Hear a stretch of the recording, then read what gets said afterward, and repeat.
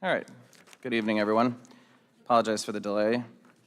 Time is now 7:09 p.m., and today's date is October 6th, 2025, and we're here for our regularly scheduled meeting.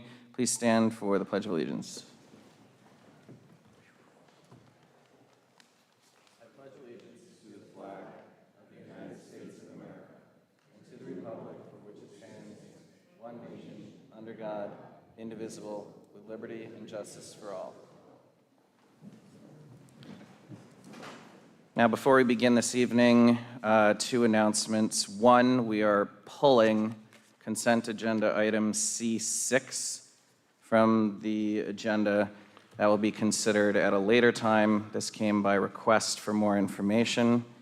And in addition, from the Affordable Housing Trust Collaborative, a friendly reminder to everyone in the community that on Wednesday, October 15th, from 6:30 to 8:30 p.m., at the community center, there will be another really important discussion to talk about affordable housing and affordable housing initiatives around the state and within the town. So please come out to the community center on Wednesday, October 15th from 6:30 to 8:30 p.m. if you're able to do so. So first item on the list is our Spotlight on Schools. So I believe we're welcoming up Dr. Peter Cummings to do a short little presentation. Welcome. Great to see you. Thank you. Thank you for your invitation, everyone. So it is my pleasure to be here to introduce Sarah Deli. So Sarah is in her 5th year with us. She's the teacher at Narragansett High School. She teaches English and special education. And Sarah was named the whole state of Rhode Island Teacher of the Year this fall. So congratulations, Fantastic. Sarah.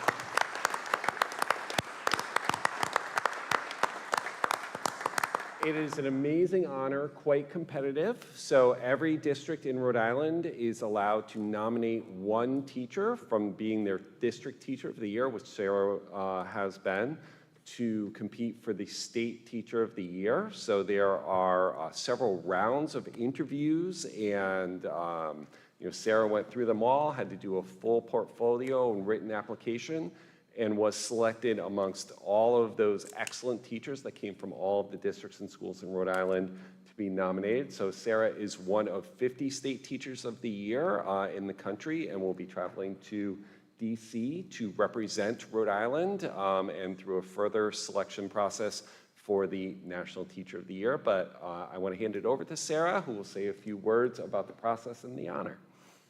Excellent. Good evening. Thank you so much. I've never done this before. Wow.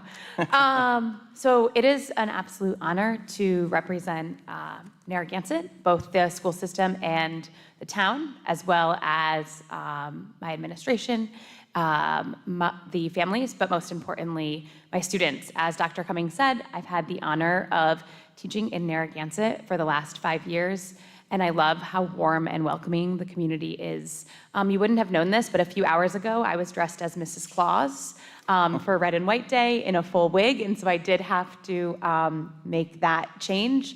But that was part of my application, really bringing those little moments of joy to our students, not only within my classroom, but also within the halls of Narragansett.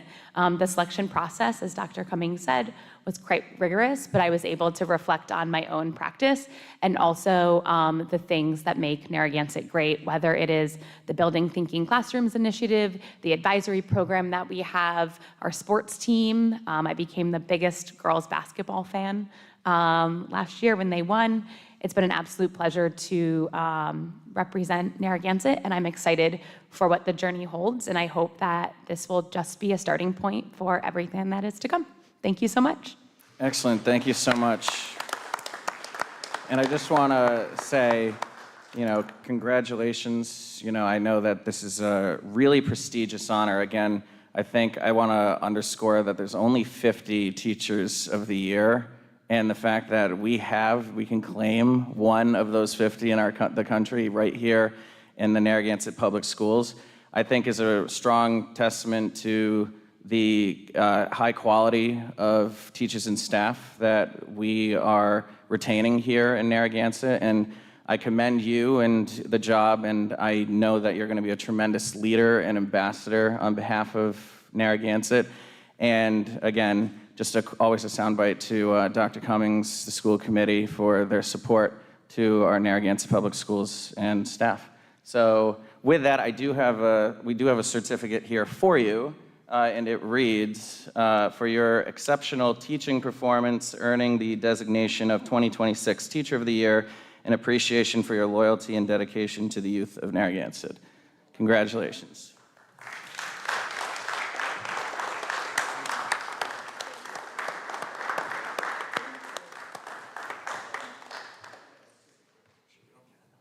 No. Sure.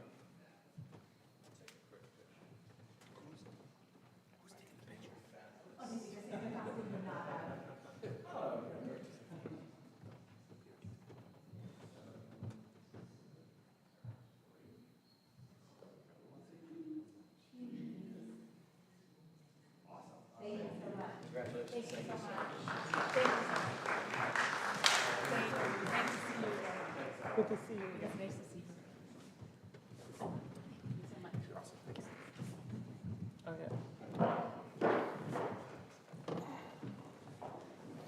And I know I spoke quickly, but if anyone on the council has any final words as well.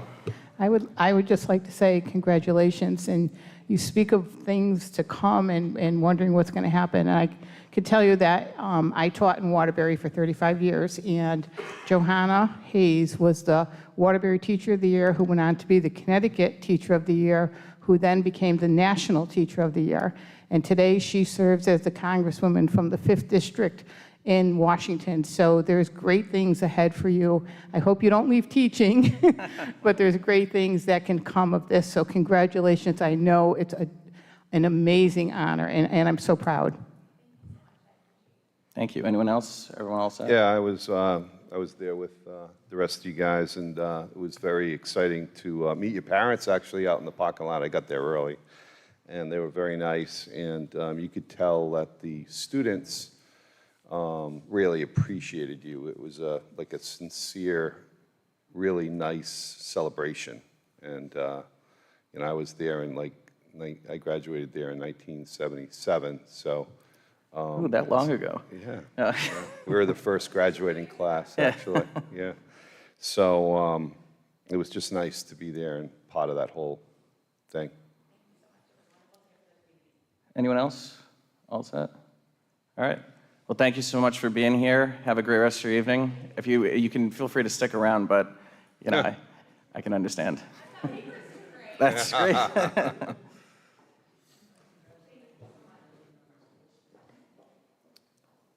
So the next item on our agenda is the town manager's update, so I'll pass it off to you, Jim.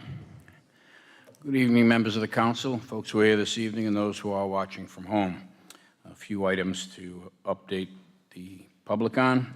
The Rotary Club of Wakefield, of which Donna is a member, invites all to attend a dedication for the Peace Pole on Saturday, October 11th at the Narragansett Gazebo Park, and the same day in South Kingstown at the Rotary Garden Bike Path on Main Street at 12:30. The one that's being put up in town will be at the intersection. You'll see it at the corner of Gazebo Park, right at the corner with Ocean Road. The pole is the actual part of the pole is there, but the sleeve will be unveiled that day. The Scarborough wastewater treatment plant. Just to update some information, some of it I'll be repeating that I've already said because it continues. The staff continues to add deodorizing agent 7 days a week. We purchased a double barrel odor cannon, which is a neutralizer for any of the odors that are escaping. The emergency purchase order was issued and it was installed, I believe, last Tuesday. The staff had contacted a previous engineer on the project to discuss possible solutions or other previous issues they've experienced. We contacted a similar wastewater treatment facility to see if we could glean any information from them on that. We met with a wastewater consultant here at Town Hall, and we are continuing to work on an estimate for the covering of the headworks and the ditch. but there are many variables associated with that. So that won't be as forthcoming as people think. It takes some time. They've been investigating the degrading treatment process that we believe is causing some of the odor, and some creative methods they've taken. The staff has reseeded the ditch, which is basically taking sludge from other wastewater treatment plants that have a different makeup, believe it or not, and they put it into the tanks. I believe there's been 3 deliveries of 8,500 gallons each. As you know, the town began working at the facilities maintenance plan approximately 3.5 years ago, and the plan is currently being reviewed by Rhode Island DEM. Currently working on a change order with the engineering department for Right Price, the vendor that worked on our wastewater treatment facilities maintenance plan, and I will be approving that soon so that Wright Pierce can do a further evaluation of the conditions and make recommendations about coverings and costs. Earlier today, wastewater down at the Scarborough treatment plant used a gas detector around all the pumps, the tanks, the walkways to the ditch, the headworks. It detects hydrogen sulfide, one of the byproducts of a wastewater treatment facility plant that folks are worried about. The readings at all the locations, the perimeter of the fence, the final tanks, the walkways to the ditch, the headworks, was 0 at this time. We'll continue to do that. At this juncture, I have nothing else to report. Thank you. Does anyone on the council have any questions? We'll start with Councilor Durkin. Yeah, Jim, I just I want to thank you for replying to my lengthy request, you know, and I just spoke with the town engineer, and I continue to ask questions on this, and I hope that when we're getting the, what is it, Pierce, right? Is it Pierce, right? Yes. So that they did the Right, Pierce. facility study. So I hope that when you ask for the addendum, I guess, to the contract, that they will get back to us on the headworks building, or can it be like a 2-part process? Because I hate to see the largest part delay the simplest part, you know what I mean? No, we've spoke to, we have several estimates, as some of them that you have. One, I just spoke to the vendor today, who is our construction contractor for the town. He's working on it as well. And we discussed the 2 sites, the two components of it. The Wright Pierce is taking the scientific approach. They're engineers. They're going to look and see what is causing. They're going to evaluate what is causing and how to cover it up. That'll be a little bit more lengthy. We're still working on the scope with them. Right, but I think what I'm saying is, you know, studies can take a long time, but the headworks part is a small little area. Correct. And when we met with when we met with Keith last week, Yeah. he talked some options, and he's getting close to providing us some information on that. Oh, okay, because Okay. it'd be nice just to see that, Yes. you know, because it seems to me that that's simple. He's primarily focusing on that one. Okay, The other one is Got it. More basically complicated. I just got off the phone with him. It's yeah, enormous. yeah. Well, Baby steps. We have a problem, you know, so, all right, well, thank you very much. You're welcome. Anyone else have any questions or comments? All right. Thank you so much, Jim. Moving on is our open forum portion of the meeting. As a reminder, comments of citizens addressing the council are neither adopted nor endorsed by the body, but heard as requested. Public comment will not be taken on matters involving open litigation, and ideally you would have signed in to speak in the back, but if not, I'll look for you and I'll ask if you'd like to speak. And when you do get up to speak, please state your name and address. speak only on topics not on the meeting agenda, and you will be limited to 3-minute time limit per speaker, and please be orderly and respectful. So bless you. So Jim, we'll start off with if anyone has signed up. Carol Spaziano.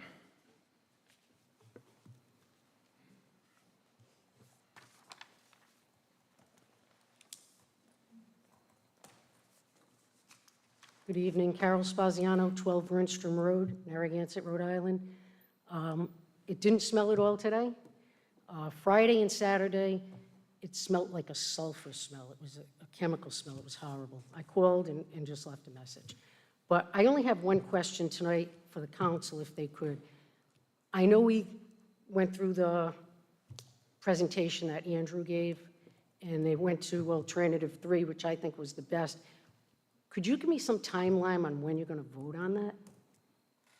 Is that the end of your open? That's, Okay. that's all I wanted to know, So- basically. Thank you for the question. This is about the bike path you're asking? No, about the sewage treatment plant. There was 3 alternatives, and alternative 3 seemed to be the best one. I wanted to know when you were going to vote on those, like what you plan to do. I'm not sure if that's actually up to the town manager. It's still in the hands of DEM for final approval. Okay, And once we get their final approvals, there's some interrogatories going back and forth between the town and DEM.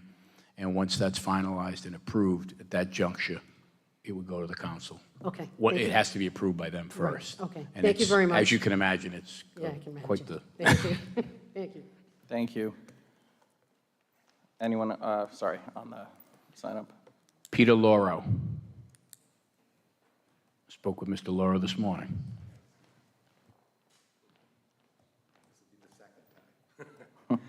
Good evening. My name is Peter Lauro. I live at 9 Brook Road in Narragansett.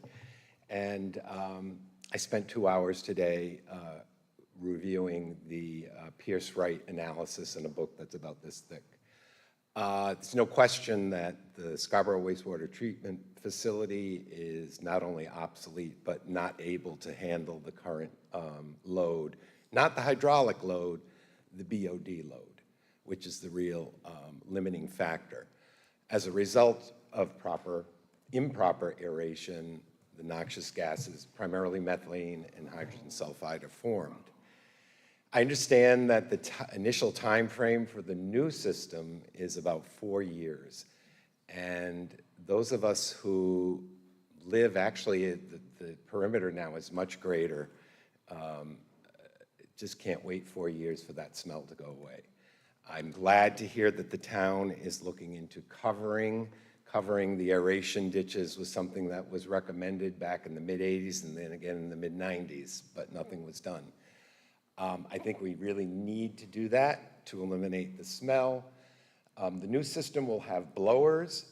Blowers are compressed air that move gases to and from different parts of the process for various reasons, but one is odor mitigation.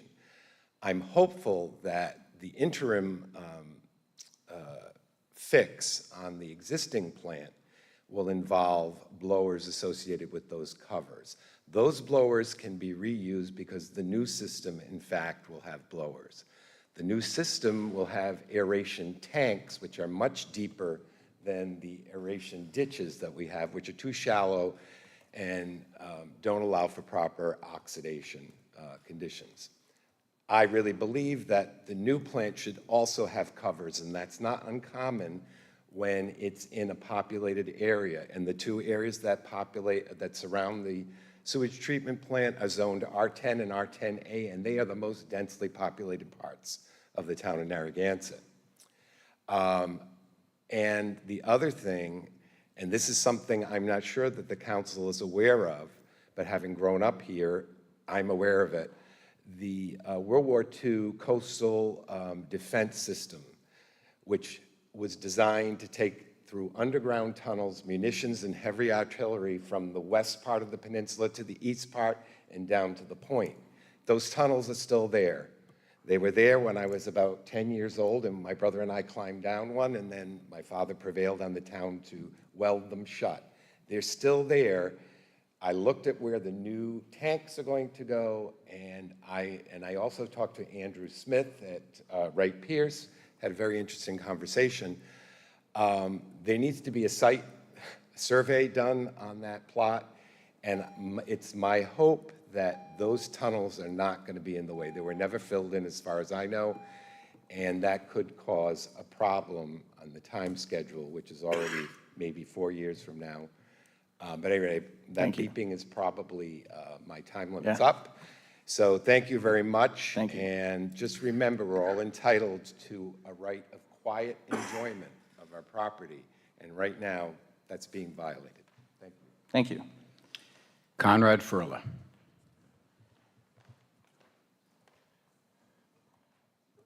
Good evening. Conrad Furla, 437 North Road, Wakefield, Rhode Island. Excuse me, a little stuffy. I'm here to speak about the skate park at Cristofaro. I just want to offer my assistance in any way. Hold on one That's a second. public hearing matter. We can't speak on that at this juncture. We have to open the public hearing before we can talk about it because it's been publicly advertised as a hearing. So it's coming up right after this. Oh, it's the same. It's like the same thing. And just I can't, we have to swear you in, and it has to be when the public hearing has opened. I can call on you immediately after this open forum. is that like next? Yes, it's immediately after this. Sorry, thank you. Anyone else on the list? Evan Manzolillo?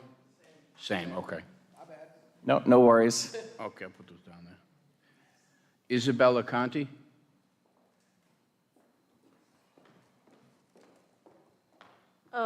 My name is Isabella Conti, and I live at 17 Clara Lane, Narragansett. Thank you to all the town council members and all the Narragansett residents who have taken the time to be here tonight. My name is Isabella, and I'm a student at the University of Rhode Island. In addition to being a full-time student, I proudly serve as the Greek Life Liaison for External Affairs on the URI Student Senate. I'm also an active member for Greek Life, participate in 2 student-run clubs, and currently work a part-time job. These roles have given me a well-rounded perspective on student life, time management, and the importance of community involvement. As a Greek Life Liaison, I have the unique opportunity and responsibility of representing a large and active portion of the student population. My role centers around fostering communication and collaboration between the student body and the broader community.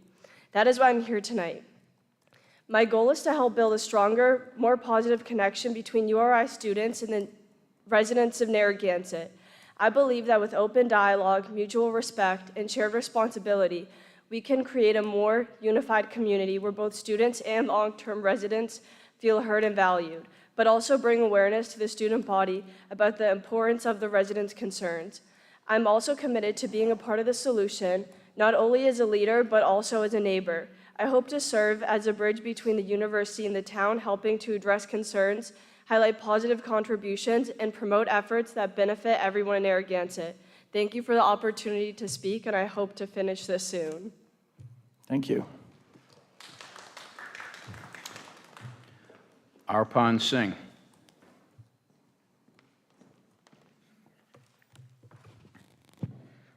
My name is Arpan Utkarsh Singh, and I come here from the University of Rhode Island, Kingston. As I said, my name is Arpan Utkarsh Singh, and I serve as the External Affairs Chairman for the URI Student Senate. I'm here to express a simple message. URI students are part of the Narragansett town community. We rent homes, support local businesses, volunteer our time, and contribute meaningfully to the town. A recent comment suggested students only take from the town without giving back. I want to respectfully challenge that view. Our presence brings both economic and civic values, and we care deeply about being good neighbors. We understand that there are real concerns, especially around housing and seasonal population shifts, and we want to be part of the solution. The Student Senate is ready and willing to collaborate with the Council and local committees to support shared goals. Let's move forward together with communication, respect, and spirit of partnership. Have a good night. Thank you. John Hanley.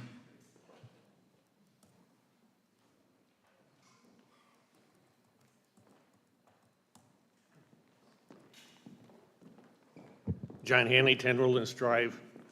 I agree with both the young kids there, so that's good. But I'm here mostly to address, Councilor Vignelli, your social media post, where you said, Rhode Island's open meeting laws prohibit this town council from issuing a joint statement regarding the recall.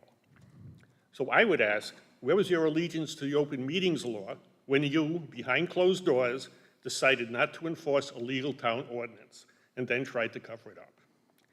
You go on to say, I believe it's important to speak honestly and directly to our community.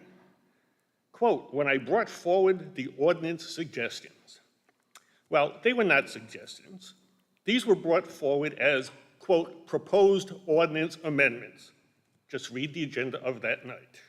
I remember that night well.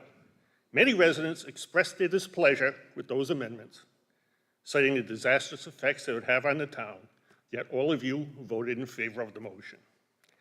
Now, come to find out, you hadn't even read those ordinance amendments at that time. Let me say that again. You hadn't even read those ordinance amendments when you proposed them. That is not only a failure of your duty, it's indefensible and highly incompetent behavior. Then again, at the town council meeting of about a month ago, where you publicly confused state law on unrelated with the town ordinance that you voted for. Inexcusable. President Menzies, at the workshop with the planning board on the three-student ordinance, you stated, and I believe you read it because you wanted to be sure of what you were saying, that the previous solicitor, quote, advised us not to enforce the three-student ordinance. Apparently that wasn't quite true. Apparently what he said was to avoid litigation, stop enforcing ordinance. There's a difference there. And Councilor Colonies, at the last town council meeting, as the vice chair of the Affordable Housing Collaborative Trust addressed the council, where he was actually giving the council credit for the workshop they had just held, there was Councilman Colonies, who usually stares at his computer and seems disinterested in the ongoings. But he was not only not paying attention as usual, he was actually on his cell phone texting during this gentleman's comments. I also have no comment on any of Councilman Durkin's actions. They speak loudly enough for themselves. I'm sorry. Okay, so one further thing. We hear a lot about the sewers. Believe it, I appreciate what you're trying to do there. However, I would also like to understand what is South Kingstown doing about Westmoreland? I think we should be on top of that as well in pushing that town or whoever owns that or who's ever responsible for it to get going there too, because that stinks as well. Thank you very much. Thank you. Michelle Catronio. Michelle Catronio, 20 Southwest Road, Narragansett, Rhode Island. First of all, I want to say I got the flyer, and I'm looking at it, and it's about the zoning, proposed zoning, allowing to increase size, heights, houses, small lots. Also mentions the college students. Now, this whole thing basically has to do with, number one, if we're not in compliance with the state, we have legal challenges and penalties to the state. So that, number one. Number two, we have an affordable housing issue.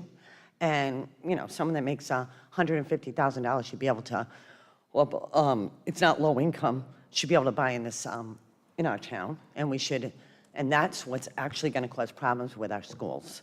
And I think that affordable housing, our police, our school teachers, I think people in town should be able to afford to live in town. With that being said, wait a minute. And then allowing parking up to the property residential line. This was all done by the last town council. Well, conveniently, Jill Lawler, who was on the last town council, I don't know if everyone's aware, but 13 Isle Point Road is her sister's house and her brother-in-law's. All right, it's a 12,000 square foot lot. All right, 70 foot of frontage. It's 57 feet long, their house. All right, and when you look at the house to the right side, I think you actually If you look at it through the town assessment plan map, the house is right on the line. So I'm assuming from the right side, you're going to have to go through the neighbors to go around. But I'm laughing because she's one of the ones that expanded all this stuff to go against the state. But it's her right that her sister and her brother-in-law put this 4,000 square foot lot that's oversized. All the stuff they're complaining about, she allowed. I mean, she knew that, you know, they expanded, did whatever they had to do, but now suddenly nobody can do it. So they brought an old house, knocked it down, everything they're complaining about. She did it in her family. So that's all I have to say. Thank you. Anyone else on the list? Sarah? Nope. Anyone else here who wishes to speak for open forum who didn't get to sign up? Ms. Ciliberto? And then we'll go right into open forum. I'm sorry, right into the public hearing, excuse me. I'm Catherine Ciliberto, 48 Earls Court. I'm looking for a letter. A couple of weeks ago, a student contacted me. They're doing a civics project on declining school enrollment. So she asked if she could send me a couple of questions and, you know, go back and forth with me. So she sent me the questions, I gave her some answers, and then I decided that if I was going to really, you know, back up my answers, I should have some numbers. So I do have a lot of numbers, but I needed 2 numbers. And there was no way I could file an APRA because the project was due Friday, and she only called me, you know, a couple of days ahead of time. And so I sent Mr. Tierney an email. I said, Jim, I need some simple info ASAP. I need the number of single-family houses in Narragansett in 2008, and I need the number today. Yes, I wrote, yes, I know I should file an APRA, but I don't have time. A student contacted me a few days ago for help with a civics project on declining school enrollment, and she has to have her answers by Friday. Can you help? Haven't heard a word from him. Not one single word. Thank you. Thank you. Can you get me those 2 numbers, by the way, so I can give them to her tomorrow? Yes, thank you. Anyone else? All right, so we're moving on to the public hearing part of our meeting. So is there a motion to open and hold a public hearing to discuss the 2026 Rhode Island Department of Environmental Management RIDEM Recreational Development Grant application prepared by the Parks and Recreation Department? Motion to open and hold? Second. Discussion. Now, Jim, are we expecting any comment or just going right into public comment? Sorry, Sarah. Just do your vote. Oh, I'm sorry. All those in favor? Aye. Aye. Aye. Aye. Any opposed? Motion passes 5-0. Sorry, thank you. So are we expecting a formal presentation on this, or do we just go into public comment and discussion? Michelle, do a very brief briefing on Okay. the history of this and how we got to this. Thank you. And then we'll go right into public comment.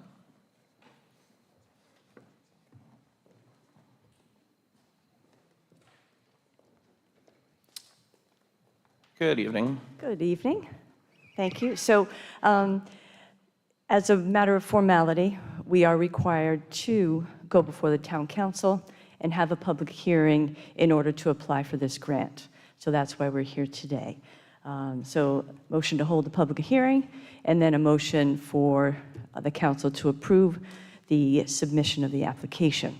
So, as you know, if anybody's been up to Cristofaro Park over the last month, renovations began at the Dominic Cristofaro Playground. It's been about a 4-week process. My parks maintenance team had to take all of the playground structures out, and we had to dig down 12 feet in preparation for the new play structures. As you recall, that's a $200,000 project, phase 1. Phase 2 hopefully will be approved for the 2026-27 fiscal year. So when this grant application process started, was first publicized, I thought, well, you know, there's a big interest in resurrecting the skate park at Dominic Cristofaro Park.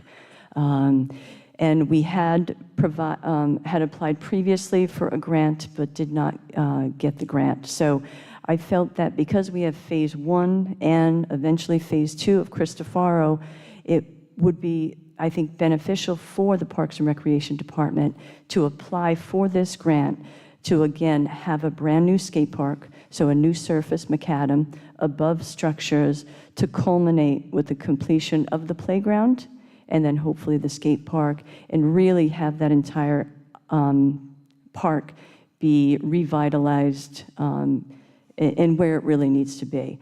So for many years, since I became the director, several families have reached out to me, the Bennetts and some of the gentlemen in this room, asking, why can't we get the skate park back?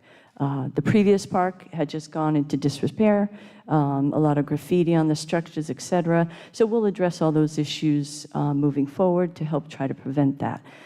So that is our plan for Cristofaro Park.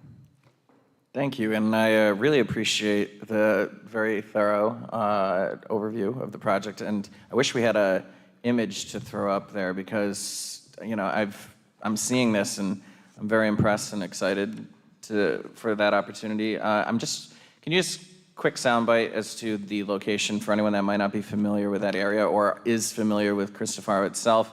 I do know that there used to be a skate park there, so my question, I do have a follow-up question, but if you wouldn't mind just giving a quick soundbite, because this doesn't look like it's exactly the correct layout based on this image, so. Right, so the new skate park would be in the exact same location as the previous skate park. So as you drive into Cristofaro and you head past the tennis courts and pickleball courts, you would take a left-hand turn to go to the left down to where our upper soccer fields are, and right to the right of that particular area before you approach the field. Currently, there's an old macadam area there where the above structures used to be. But again, that was dismantled back in 2019. So we haven't had a skate park in many years. And also, as you know, we have a lot of children in town that want an opportunity to be able to jump with their bikes or their wheeled toys that they have, whether it's the Razor scooters, jump bikes, or of course skateboards. So not only would it be a skateboard park, but it would be a park for all kinds of wheeled vehicles, whatever the choice of the person would be. And my follow-up question, thank you. My follow-up question, knowing that we had a skate park there before, can you just give a quick soundbite as to what happened to that? Why is it no longer there? Just so that we're clear as to why are we, going down a route to bring back this new equipment, putting things back to sort of where they were. Why is it that it fell apart, disrepair, no longer there? Right, so simply just with age and wear and tear, and also unfortunately graffiti. The equipment over probably between 2015 and 2019, we started removing structures from the site because they were a safety issue. And eventually in 2019, all of the structures were removed for safety reasons. Also, there were complaints about the graffiti. But again, moving forward with new state-of-the-art structures and also working with the kids and the young adults in the community and making this their park, making them more responsible to, hey, listen, we did this for you, so let's be responsible. If you want to do graffiti, if you want to have some type of tagging type thing, let's be respectful, let's talk about it, and see what we can do to collaborate. Thank you. Councilor Durkin? Yeah, maybe you could build some kind of wall over on the side and let them do the graffiti there. Yeah. I'd like to leave it to the kids and young adults. What do you want to do? It's amazing how talented they are. Absolutely. We had an event down in the South End where somebody went around and just, painted everything. It's just amazing the time it takes to do that. And, they have a talent, but they're not, showing it, So maybe, I know the bike path going into Wakefield, the trestle, the old trestle, they allow people to go in there, and I think they allow people to go in there and paint. They have painting contests or whatever in there. I think that'd be something, and maybe they just wouldn't paint up because I remember the old skate park up there. That was pretty cool. The other thing that I think is missing up there is a crosswalk from the entrance off of Boston Neck Road. like years ago, we didn't have like CVS, and I don't know if we even had Walgreens. You know, we didn't have Dunkin' Donuts, but I mean, kids coming out of that park are not gonna go directly down the street and go down the crosswalk over by Pelly's Place and that kind of thing. They're gonna go straight across to get what they want at CVS or Dunkin' Donuts. I think Jim sent a letter in, you know, a while back, but I think maybe with us improving that park, we can ask the state, and I don't think it takes, I mean, they just painted the whole Boston Neck Road for a bike path. I think they could paint one, And I believe, sir, that crosswalk. request is into DOT, Yeah, if I'm not yeah, mistaken, yeah. Just thoughts. And just one other thing I'd like to add. Of course, it would be fantastic if we could do a $500,000 to $800,000 concrete bowl type design. Unfortunately, that isn't in our budget right now. So I'd like to start with this project in hopes that we do get DEM funding, which would be fantastic. And then maybe, someday, maybe we'll get a generous donor that wants to give us $1 million to do a bowl. That'd be so we'll cool. see. Sorry, go ahead. No, I was just going to say, I think it's a wonderful idea to include the kids in the whole thing, and I think make them, like you said, it's their park, and I think that that's a great approach and the way to go, because when you talk to the kids and you make them feel like they're part of it, it's really, really works. I agree. Thank you, You're Michelle. welcome. I just want to say thanks for, I commend you on this, how much passion I have for these projects. I do think that meeting that we had with the families and the children for the BMX park went really well, and involving them is a great idea, and I'm very, very happy to hear that. Yeah. I go to all the sporting events down there, and I'm constantly walking over to that BMX park and talking to the kids and seeing what they want. So, Great. Good stuff. How many families did you speak with? How many folks are particularly interested and invested in bringing this BMX or this skate park? I've received direct emails from several families in town, at least 5 to 7. And then, as Mr. Colonies referred to, we had a meeting several months ago with families in the area, and I think there were about 40 people in attendance. So there is a desire to have this brought back. So again, I think skateboarding and all kind of wheel activity is always going to be a thing.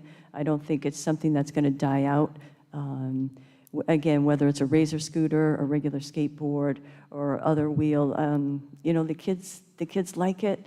It gets them outdoors. It gets them off their iPads, gets them out in the environment. And again, putting the onus on them, like, listen, this is your park. If you want to graffiti or draw or whatever, let's do it this way. So I think making the kids more responsible will, again, bring a more positive outlook to the whole project.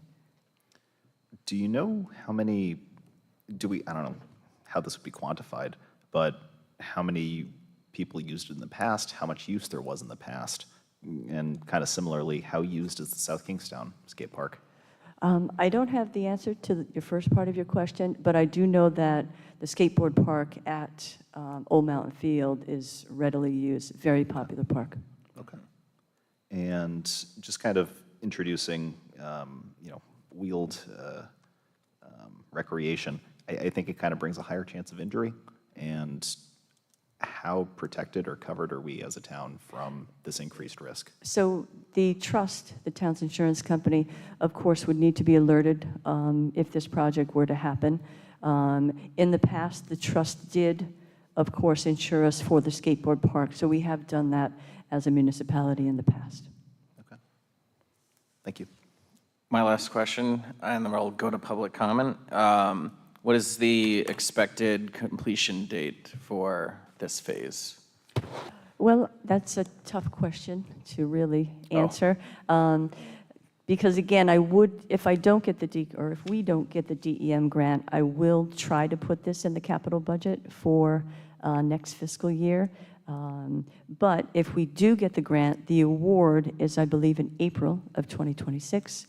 And therefore, we would commence the project with the demolition of the site and new macadam as soon as we possibly could. Excellent. Can I just ask one more Yep. question? Just one more question. So with the grant, is it possible to partner with another like donor? Was that a possibility to do that when it's a grant, or is that not possible? I don't believe so. I think the grant stands on its own. Okay. But that's not to say if a donor wanted to come forward, say we could only afford in this fiscal or next fiscal 4 above-ground structures, and we really wanted to bring in 6 initially. I mean, I would certainly be happy if somebody came forward with additional money. Okay, perfect. Thank you. Thank you so much, and You're thank you so much for answering our questions. So with that, Mr. Furla, you've waited patiently. So we're just going to swear you in. Well, I swear.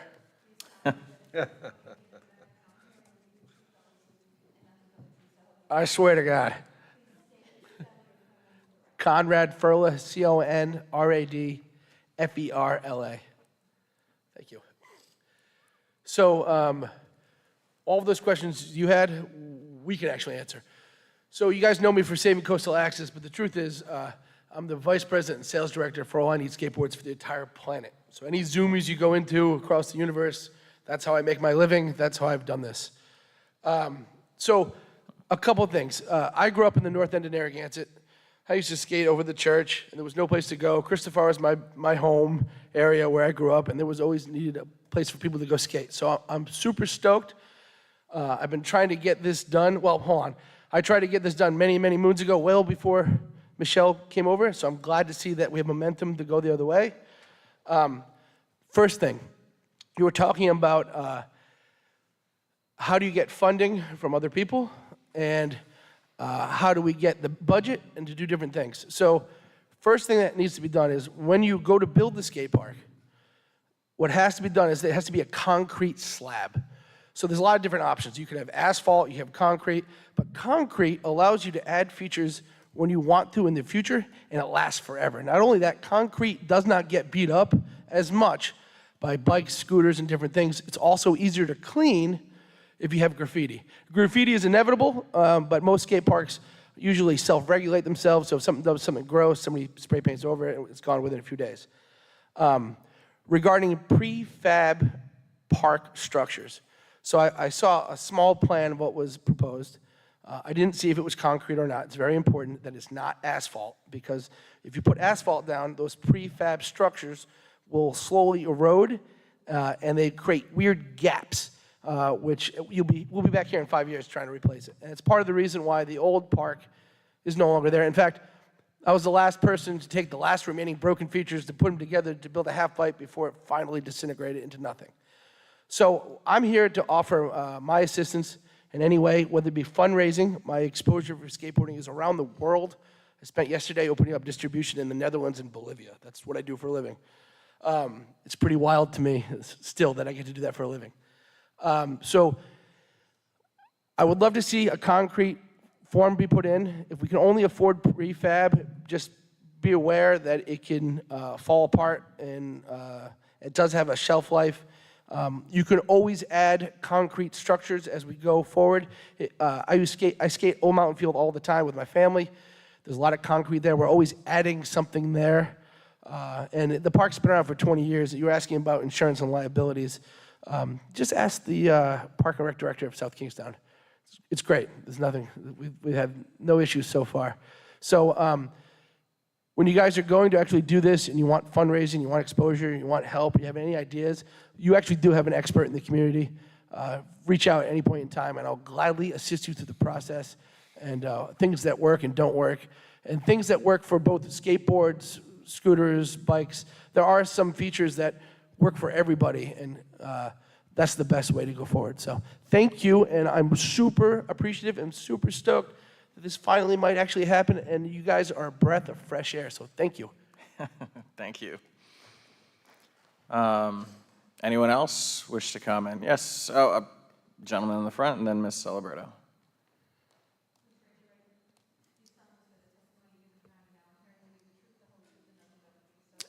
I sure do. My name is Evan Mansolillo, EvanMansolillo. Good evening, everybody. My name's Evan. I've been skateboarding for 17 years. I turned professional at 21, and I've been teaching skateboard programs and lessons for kids for about 10 years. I've taught them at the Old Mountain Field Park, at North Kingstown Skate Park, and also Jamestown. So I've been in the industry for a very long time, and over the past 10 years, skate parks have been popping up everywhere. A lot in Massachusetts, Connecticut, also additions to many in Rhode Island. And so I've seen this process happen from the ground up many times. I raised $20,000 for the skate park in Old Mountain Field, and we doubled that park in size, expanding with new features. So if you do it right, the usage that you were inquiring about, we get people from Connecticut. I know a couple guys that come down from Boston almost every other weekend. So I think if you guys are going to do this, it is important to consult people like myself and Conrad to kind of just make sure that it goes smoothly and that the new route of building a skate park and putting it up is applied. Like he said, the asphalt is very outdated. So, for example, the North Kingstown Rec Department put in a park there about 5 years ago. They plopped it down on a tennis court surface briefly. Then once that cracked out, they actually chose asphalt to replace that. So the park is fun for now, but in 5 years, give or take, that ground is going to get slow, it's going to get rough, it's going to be much harder for kids to learn on, and it'll probably make the park obsolete in 5 to 7 years. And that's when things start happening, like your concerns, graffiti, vandalism. So when the park is hard to use and it's not user-friendly, that's when those problems start to arise. People that don't actually skate, don't actually ride bikes or scooters, kids there just hanging out without anything to ride, those are the kids that cause those problems. So if the park's in good working order and it's unique and it's has a little bit of something for everybody, it'll just continue to get that proper use and you will not run into those problems. So yeah, I'll just stress the concrete slab as Conrad did.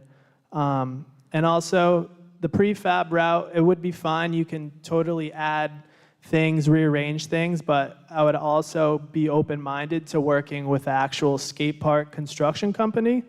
Some of those prefab companies that send you the prefabricated features that you just slap on the slab and call it good, they'll charge you $80,000, $100,000, $150,000 for a very beginner, kind of not very unique, bland setup.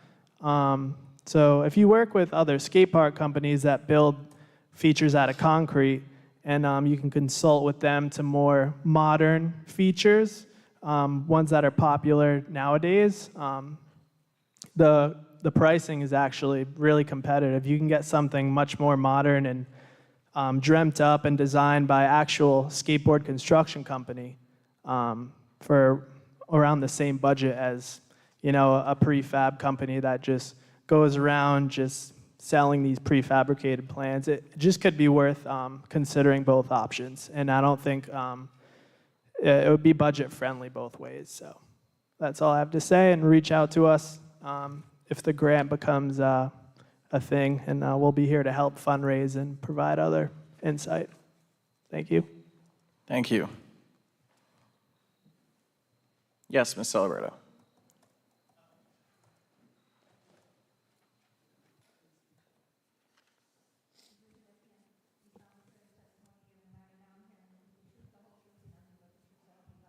I do. Catherine Celeberto, Catherine Catherine, Celeberto, Celeberto. In previous years, when we've submitted plans or proposals, we usually submit 3 or 4 of them. And this year, there's only 1, and I don't know why. Every year, we try to get funding for the linear park at Canachet Farm. This is a fully formed plan. It's on the Canachet Farm website. URI worked with the town years ago to set up this plan. It's going to be a walking path, interpretive signs, and all the rest. And I don't know why we can't submit this, along with this plan. We can submit a couple of proposals if we want to. And I think that this one has been on the drawing board for so long, it's getting kind of ridiculous. But if you go on their website, you can see it's an extensive walking path.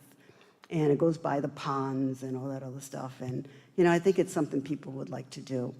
And if we can get DEM to fund it, plus they love this kind of stuff, with the interpretive sign stuff, they love it. So maybe we could put that in with the skate park application. They're two different things. I can't imagine why they can't fund both of them. All right, thank you. Thank you. Anyone else for the public hearing? Seeing none. Just a quick question, Jim, along the recommendation shared about inclusion of the walking path. I assume that would need to be done separately from this, or can the specific details of the exact plans be worked out at a later time, that this is for the grant, we're having this public hearing, but then the actual, plan itself that we're voting on would come at a later time? Or is the actual plan being voted on at this time? I would handle that separately. There's a deadline for the grant, and it's ready to move forward. Okay. It would require a different funding source. Okay. Does anyone have any comments or questions? I think that we should move forward with this, and I like the enthusiasm. I wish those two gentlemen were still here. Jim, how does that process work, like the DEM grants? Is it like open, public, like a bunch of people talking about who they're going to give the grants to in a room, or is it some secret thing, or how does that work? No, they come out with different grant programs throughout the year, and they share them with all the municipalities, and they break down how what the matchings are, what they're eligible, what you're eligible to apply for, and they just consider the proposals. Frequently on the smaller ones, there's quite a few of them given out. So is it something that you guys participate in, or you just wait for a decision? Is it like, do they have meetings on?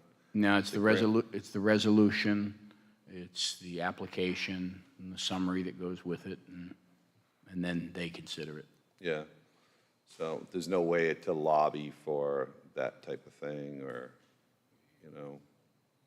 because it seems like those two guys would be good lobbyists. I just feel like, they're enthusiastic. I mean, there's letters of support with the application are always good, with a little bit of a history of the person that's submitting them. If somebody's a subject matter expert and they can articulate why that they support it, that would be good, absolutely. Yeah. Yeah, it's true, yeah. The transcript actually from this hearing goes in with it. So they'll be able to see all the public comments. Anyone else? So just two things. One, I would voice my support for the consideration of concrete. Again, it was shared that that's something that could be considered later down the road. I think it's important for the longevity of the skate park that, we're making the right choices long-term, not necessarily just voting on something for the immediate, just to get it out there. I think it's important. I do like the idea for concrete, and I hope that we can continue to consider that in the plan moving forward, as well as looking into grants for that walking path that was shared as well. I know that's a separate issue, but I do appreciate that being shared this evening. So with that, Councilor Durkin. Yeah, I did. I didn't know. Yeah, I just wanted to give Councilor Durkin one last opportunity to share what was already shared, and then we'll.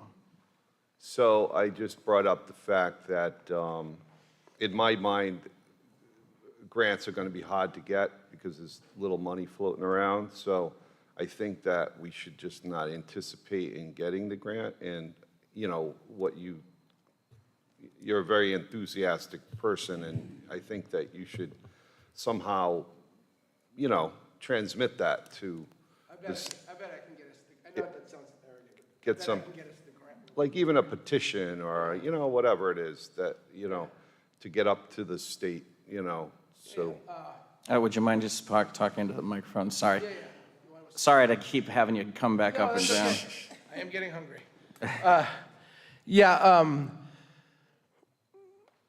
I will reach out and try to get that grant going. I bet people will listen when I do, ask for it, and try to get it going.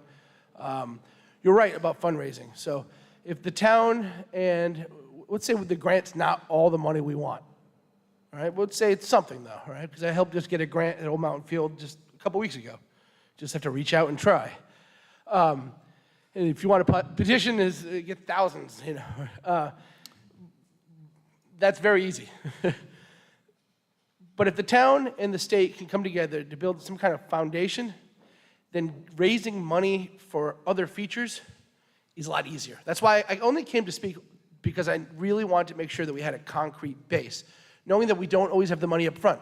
Some years we're up, some years we're down, but if you have a good foundation, we can add pieces throughout my life. So I'll help with this part, right? We'll get this going. I'll reach out to who I know at the State House and see what we can do.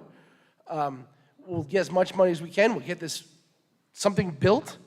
And then next summer and the summer after, just like we do at Old Mountain Field, we do fundraisers and we add new features. Right now, we're adding a few new features to Old Mountain Field right now as we speak. So almost every other year, we add something. We do a skate contest or we do some fundraiser and we add something to it. But it's super critical that it's concrete base. Otherwise, it's like starting from scratch every 5 years, and that's terrible. So any other questions? I think Alex added that. To Yeah, the, well, I added that. I know that that can be worked in as we go, but you know, I echoed that support because I said it was very important that we're not just voting on something for the sake of voting on it because it's a nice idea on paper, that we actually could be saving money a lot further down the road if we're investing now on solutions that will last rather than need to be replaced. What kind of happens is, because I work with literally thousands of skate shops and skate parks. Somebody will pitch to the town to build something that doesn't quite work and it sounds good and then it falls apart and it starts all over again. So you have a really strong surf and skate community, like really strong. He's a pro skater, but he's not the first pro skater to come from Narragansett. And that's because there's a strong surfing community. If there's a strong surfing community, there's a strong skateboarding community. And it's just always been that way, and it always will be because the surf's still there. And if you learn to surf, your kids learn to skateboard, and that's just the nature of it. So building something that lasts is super important. And Cristofaro is a very heavily used park. It used to be very heavily used for, you know, all the kids. If you grow up in the north end of Narragansett, which I did, I grew up in Pettaquamsket Lake Shores. You asked mom and dad to drop you off at Old Mountain Field, but if you couldn't, you skate wherever you could. And this huge community of kids, well, there was a huge community of kids in Narragansett, and Cristofaro was where we would go to hang out and skate and do fun things. So, like I said, I'm super stoked. But if you have any questions, some of you guys have my number, but I'm easy to find. If you have any questions about skateboarding or how to make things better, or,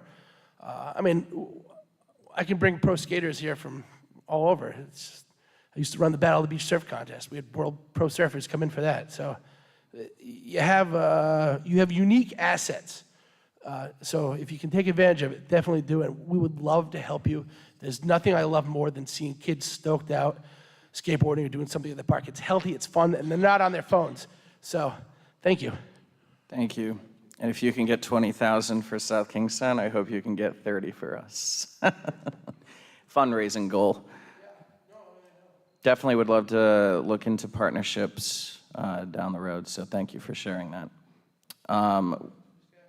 Nope, I think, I don't have any. I think you answered our questions very well and appreciate you being here to do so. So with that, and no final comments from the counselors? Good. All right. Is there a motion to close the public hearing? Motion to close public hearing. Second. All those in favor? Aye. Aye. Any opposed? Motion passes 5-0. Next, on to item B3, is a motion to authorize the submission of a 2026 Rhode Island Department of Environmental Management, RIDEM, recreational development grant application prepared by the Parks and Recreation Department and approve the town's matching contribution. Motion to authorize? Second. Any final discussion? All those in favor? Aye. Aye. Any opposed? Motion passes 5-0. On to the consent agenda. Just as a reminder, at the beginning of this meeting, we pulled item C6, so that is not part of the consent agenda. So is there a motion to approve consent agenda items as presented, items C1, C2, C3, C4, C5, C7, C8, and C9? So moved. Second? Thank you. Any discussion? All those in favor? Aye. Aye. Any opposed? Motion passes 5-0. Thank you. Give me 1 second. On to new business from the police department. Oops. Just want to make sure. Yep, all right. From the police department, item D1, is there a motion to approve the purchase of a new fingerprint system for the police department from Thales DIS USA, Inc. in the amount of $20,287? Motion to approve? Second? Discussion. I thought we did this once before, no? Did we do fingerprints before? I thought, it just seemed familiar. I'm fine with it. It's happened to me before. It's just that you remember it for the agenda setting, probably. Oh, Maybe. okay, all right. So, yeah, no, I don't think, It's first and seconded.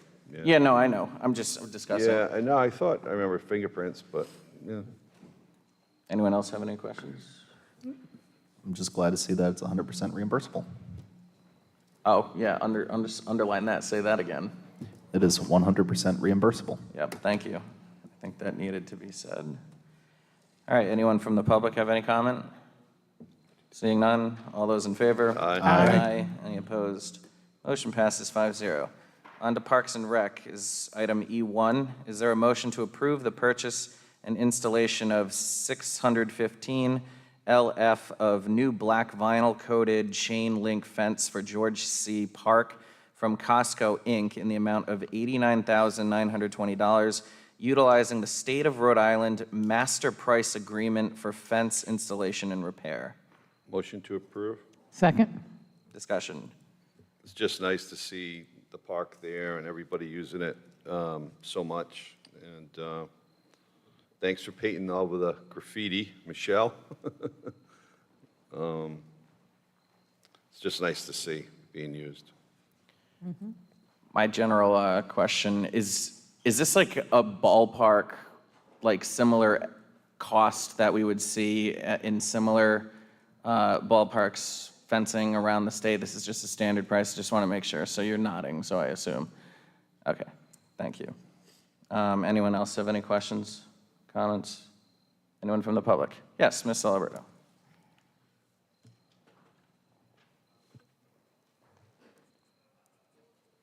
Catherine Celebrato, 48 Earls Court. My daughter just had vinyl fencing put in, 6 foot high, kind of a fancy design, $10,000. I forgot how many feet, 200 feet, something like that. And this is just, and I just texted the company that installed that, and I asked them if black vinyl chain link fence was more expensive than the vinyl fence my daughter put. And he said, no. It just seems like a lot of money for, chain link fence that they spray vinyl on. And we use these master lists, that the state has, but, they're all high-priced people, let's face it, It's kind of like a closed club. I mean, can anybody bid for these jobs? Like the guy who did my daughter's fence, he did a really good job. And he's telling me it's cheaper than vinyl. So I'm wondering, should we just be reaching out further rather than just using these master list people? It's just a thought. Stanley loves it when I get up here and I talk about money. So he's very happy. He texts me afterwards. For the record, Mr. President, 2 additional quotes were sought, which were considerably higher at 110,000 and 119,000. Okay. And this is 615 feet, and I think this is 8 feet high. It's more than 6. Okay. Jim, I think it's 615 units of 4 foot. So it'd be that. No, this is going to be around the. Or is that 4 is this feet? around the baseball field? Yeah. Oh, it's the baseball field. Oh, that's a lot, yeah. Anyone else from the public? Okay. Thank you for that additional soundbite, Jim. Any other final questions or thoughts? All those in favor? Aye. Aye. Any opposed? Oops, motion passes 5-0. On to item E2. Is there a motion to approve the request from the National MS Society to conduct their annual charity walk on Sunday, May 17th, 2026, from 9 a.m. to 12 p.m., subject to approval of state and local regulations? Motion to approve? Second. Discussion. Anyone have any questions or comments on this item? Anyone from the public? Seeing none, all those in favor? Aye. Any opposed? Motion passes 5-0. On to item E3 is a motion to approve change order number 1 for repairs needed to an additional section of the South Lot retaining wall to be completed by George Sherman Sand and Gravel Company, Inc. in the amount of $125,470. Motion to approve? Discussion. Does anyone have any questions or comments on this item? I don't know, I just thought that maybe down the road, we might think about raising the height of that wall if we have to repair it again, since the sand is pretty much, right there, and it would stop the sand from coming into the parking lot, and maybe we can just get a shorter fence instead of the fence that we have, but just a thought. I'm all set. And oh, go ahead. How much more retaining wall is there that remains? Certainly we agreed on the approval for this in September, I want to say, and now we're getting another section of this, of the wall. How much more is left that we may have to repair? There's a lot, but it's in good shape. I went down and looked at it actually myself. Just the 50-foot section that's on here for this was uncovered when they were inspecting the site. That wasn't necessarily caused by the disaster, by the storms, but it's economical it needs to get done. We'd have to have it done anyway because it's becoming a safety factor.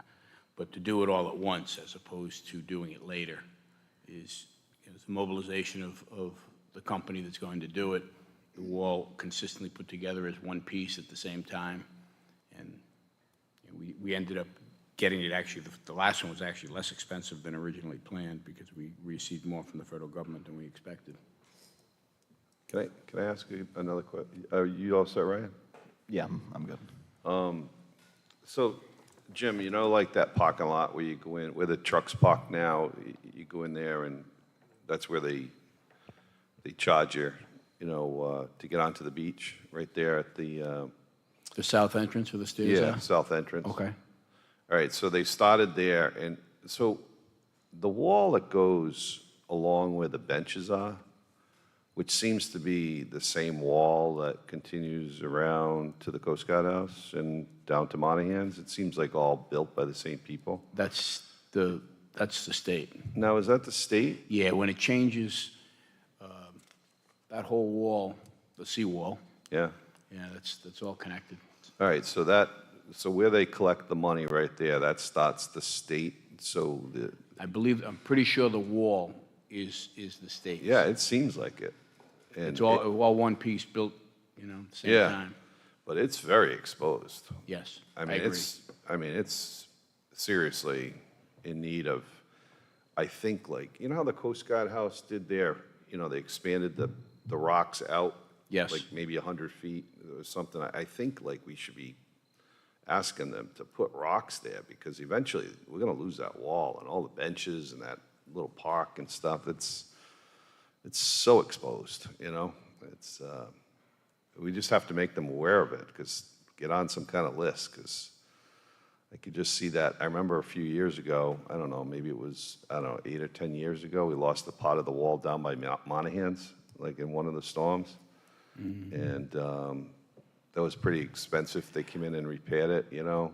I'll check through some of the prior, I know there's some paperwork on it, whether there was any type of an agreement, whether we would take care of a portion of it, but I don't believe so. Yeah. Just a thought. And again, this would be coming from the Beach Enterprise Fund? Yes. Okay. Thank you. And yeah, last question, actually, it was along the lines of what Councilor Torialde was alluding to, I think, was when this was, a similar cost like this was approved a few weeks back. September. Why was this not considered at that time? And could we possibly be seeing additional costs after we approve this, which again, just keeps making things more expensive? We don't believe so. It was further inspection when they were going to move forward on this. It's when the engineers discovered it. And because the original portion was the FEMA grant for that separate piece. The piece that the FEMA gave us the grant for back in the September item, that was specific to the section of the wall that they could identify as damaged through the storm. This section is just over time, and it was leaning forward, and it was not as a result of the storm, so we wouldn't be eligible for grants on that. So it made more sense why wait if it's a safety issue, and the vendor's going to be there doing it. We figure we just do it now. Thank you. Are there any sections over by the north lot or the north pavilion that may require additional attention in the future, similar to this? No. Yeah, there's nothing there.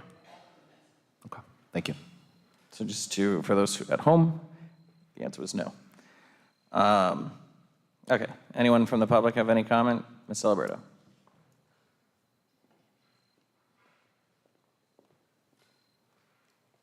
Catherine Celebrato, 48 Earls Court. This is a $127,000 change order. You know, we put the bids out, somebody gives you a bid, and then they come along and they go, oh, there's more stuff that has to get done. This is like $127,000. It's not $27,000. And I don't understand how, like, the storm damage, like, stopped at a certain point, and then this 50 feet we couldn't identify or throw in with the FEMA request, you know, to get some kind of money that way.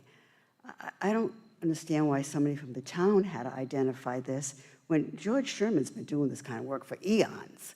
I don't know why, you know, he didn't identify it.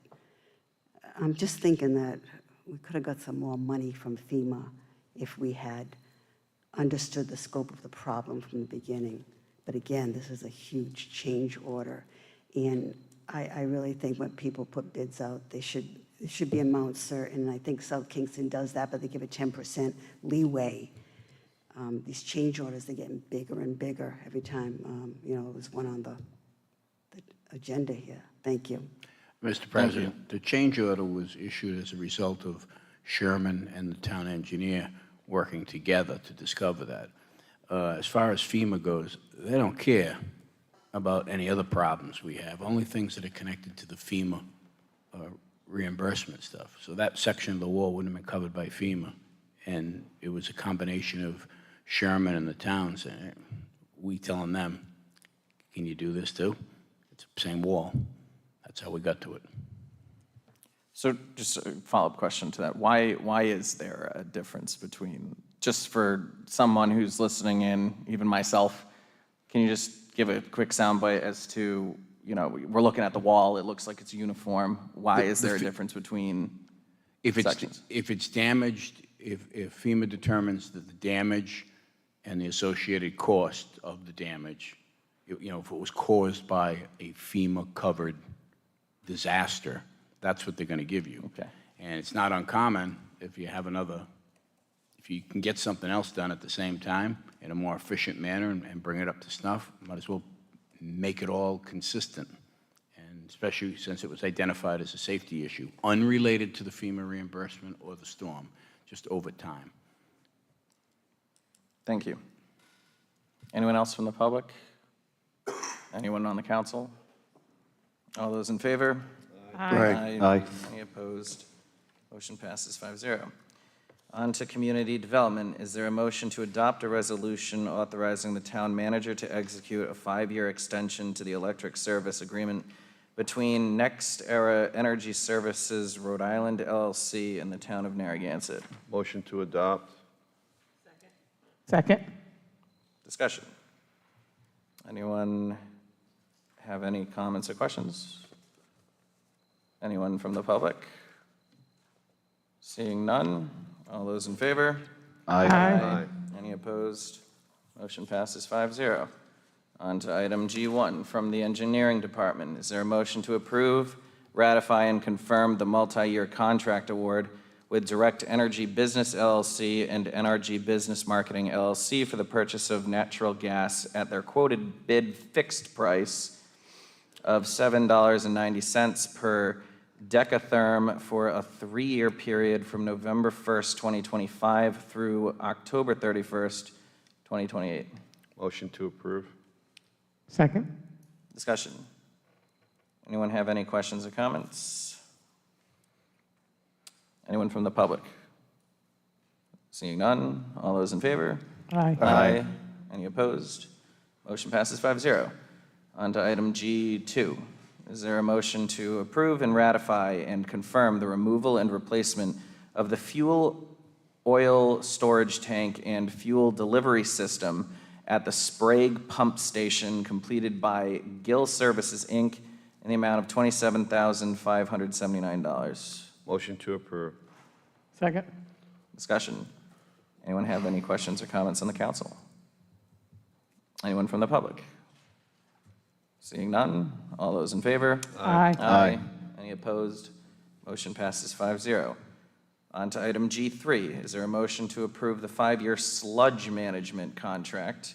Let me say that again. Sludge management contract with Viola Water North America Northeast LLC at their quoted prices for the Scarborough wastewater treatment facilities. Motion to approve. Second. Discussion. Anyone have any questions or comments? Anyone from the public? Mr. President, I think just to know that John Gerhard really did a fantastic job Oh, thank you. negotiating this with Veolia. I think other towns approved it outright. John went through it line by line and really did a fantastic job in addressing some issues. Really, really appreciate it, and thank you for, I know we're moving through here, but I do appreciate that reminder, and thank John for his services and negotiations and securing this 5-year contract. We know how important these services are, and we're grateful that you were able to come to a consensus on this. So, anyone else from the public have any questions or comments? Seeing none, all those in favor? Aye. Aye. Any opposed? Motion passes 5-0. On to the town clerk. Is there, item H1, is there a motion to appoint/reappoint up to 4 individuals to the Galilee Advisory Committee for a 3-year term set to expire on October 1st, 2028? Motion to appoint. Yep. I'll second that motion. Okay, thank you. And now we will discuss. I will move Gerald Orban. I will second that. Okay, is this for a reappointment or appointment? I just wanna- Reappointment. Reappointment of Gerald or Aubin? Yep. Thank you. And there's a first and a second. Any discussion? All those in favor? Aye. Aye. Any opposed? Motion passes 5-0. Is there a second appointment nomination? Can we do the 3 at once? I would move Diane Boudreau and Phil Harnaugh. Diane Boudreau and who? Phil Harnois. Apologies for the pronunciation. But Okay. I would move these two for appointment to the committee. And these are appointments or appointment? Is that what These you are said? appointments to the Galilee Advisory Committee. Any sound bites on them? Is it all right if we need to have someone second both I'll of those second appointments? that, Ryan. And now we can discuss those appointments? Having reviewed the applications, I think these are two excellent individuals who want to do good in our town and can bring some unique perspectives to the Galley Advisory Committee. Excellent. And I also would just like to shout out Sarah for posting all of the open committees and inspiring people to apply. So it's great that we're seeing applications for these committees. Yeah, I appreciate that as well. And I appreciate your and respect your nominations, Councilor Torialde, as the town council's liaison to that committee. So thank you for your services as well. And I do want to, just to be sound here, I do want to consider them individually. So we'll start with Diane Boudreau. All those in favor? Aye. Aye. Aye. Any opposed? Motion passes 5-0. And now to consider Phil, what was last name? Harnoy. Harnoy? Okay, well, goal of mine, figure out how to pronounce Mr. Phil's last name after this, and apologies. All those in favor? Aye. Aye. Any opposed? Motion passes 5-0. And any other nominations for the fourth position? Hearing none, we will leave that position open to be filled. Next is item H2. Is there a motion to appoint/reappoint up to 4 individuals to the Towers Committee for a 3-year term set to expire on October 1st, 2028? Motion to appoint? Second. Discussion. Any nominees?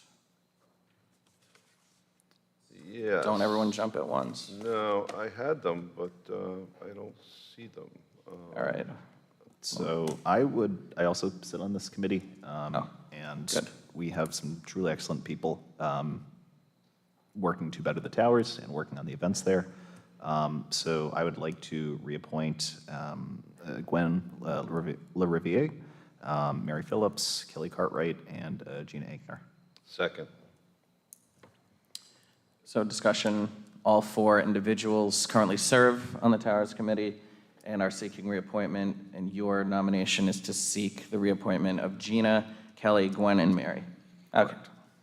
Thank you. And I sit on that committee as well, and these ladies are just so helpful, and they're always there, and, they're just great people. Excellent. Any other questions or comments? Seeing none, all those in favor? Aye. Aye. Any opposed? Motion passes 5-0. Item H3, is there a motion to approve a victualler license and a holiday license for WB Enterprises LLC DBA Kingston Pizza of Narragansett, located at 961 Boston Neck Road, Narragansett, Rhode Island, subject to state and local regulations? Motion to approve? Discussion. Anyone have any questions or comments? Anyone from the public? Seeing none, all those in favor? Aye. Any opposed? Motion passes 5-0. Final item on the agenda, item H4, is there a motion to schedule a work session to conduct interviews for the planning board on November 17th, 2025 at 5:30 p.m.? So moved. Second. Discussion? It's not really a discussion, this is a scheduling item, but is everyone on the council good with this date and time? And just as a reminder, this is before our regular scheduled meeting? Perfect. All right. All those in favor? Aye. Aye. Any opposed? Motion passes 5-0. Is there a motion to adjourn at 8:38 p.m.? So moved. Second. All those in favor? Aye. Any opposed? Motion passes 5-0. Have a great night.